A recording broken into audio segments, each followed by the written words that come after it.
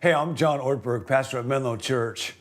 And every pastor I know, including me, has dreams about building a great church where people are coming to know Jesus and follow Jesus and telling other people about Jesus and extending the love of Jesus where it's needed the most. We all have these great dreams, but churches can be kind of a frustrating place. Almost every pastor I know, will have that experience where you're up there preaching, but it feels like you're working really hard. It's like being at a football game where there's thousands of people in the stands watching and a couple of guys down on the field that are doing all the work.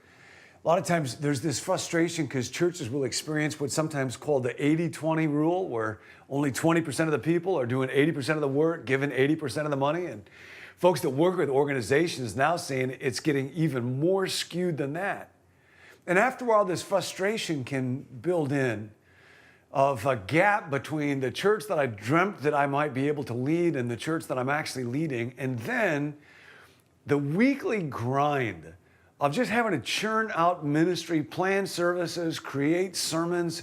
There's an old episode of a TV show you might remember called I Love Lucy, where Lucy ends up working in this factory where there's candy going through the assembly line. And pretty soon it's going through so fast, it's all she can do to just try to keep up with the assembly line.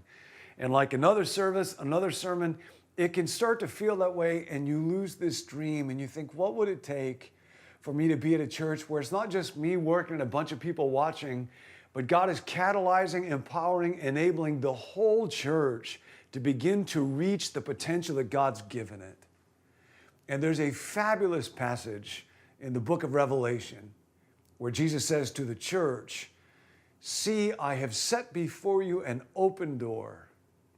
What I open, no one can close. What I close, no one can open. I know that your strength is small, but I've set before you an open door." And I believe the secret to churches beginning to realize their God-given potential is the discernment of open doors. And here's what's key.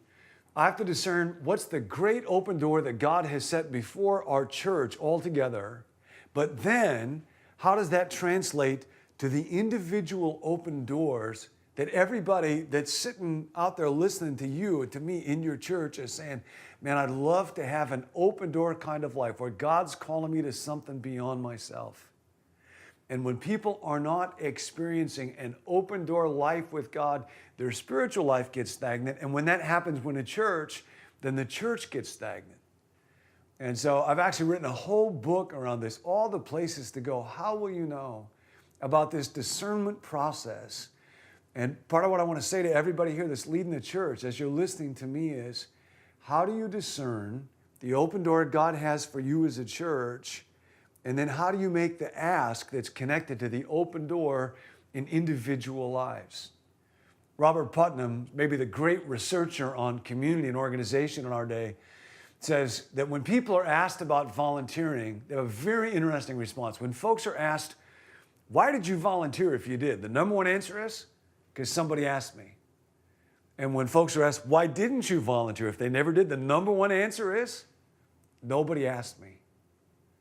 So part of what I have to learn to do as the leader of the organization is discern what's the open door that God has set before our church as a whole that can touch hearts and catalyze dreams. And then how do I ask people individually to go through the open door that God has set before them? And it's been a very interesting learning journey for me at Menlo. When there's a giant open door that I can point all of us together through, it catalyzes energy, where if all I do is teach about it or talk about it in an abstract way, it never gets translated into action. So not long ago, in order to achieve our mission, we actually left our old denomination and entered into a new one. And that took several months. And there was something about that process because it involved a journey where everybody was needed. Everybody that was a member knew, I got to vote and my vote counts. My presence counts. I got to help communicate. I got to learn. And ironically, something that looked like it could have been kind of divisive ended up being incredibly unified. There was an enormously unified vote. There was a tremendous sense of energy because we felt like we're going through an open door together as a church. And then been thousands of individual open doors. A few years before that, when we first discerned, I think God's calling us to create multi-site locations around the Bay Area. We don't want to just be one big place A friend of mine, Jim Tomberlin, said, you got to ask, do you want to be an elephant or do you want to be a disease? And we thought we'd like to be like a contagion. But that meant it's going to take months and months and months of working together and telling everybody there's a big ask. There's an open door we think God is calling us through together as a church. But that means you and you and you, everybody's going to have individual open doors, and they'll be exciting, they'll be surprised, they'll be mystery. But I got to discern that. I got to call that together with our church. In the Bay Area, it's real clear we live in a place where the gospel of Jesus is never going to commend itself to the unchurched if we're not serving, if we're not involved in acts of justice and caring for schools and for homeless folks.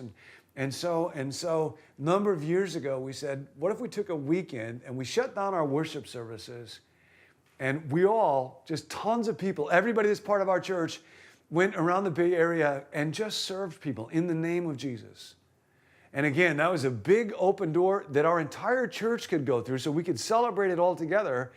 But it meant looking at individual open doors for everybody.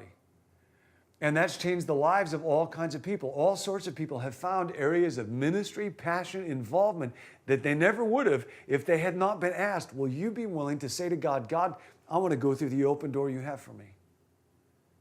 So we are stewards of the open door, and learning how to discern and call people and charge through open doors with our church will unlock the potential of churches. And a huge question is, where do I start? Like, what's the key group of people that have to become open door people? And so many churches and church leaders get confused around this one. That's what we're going to talk about next time.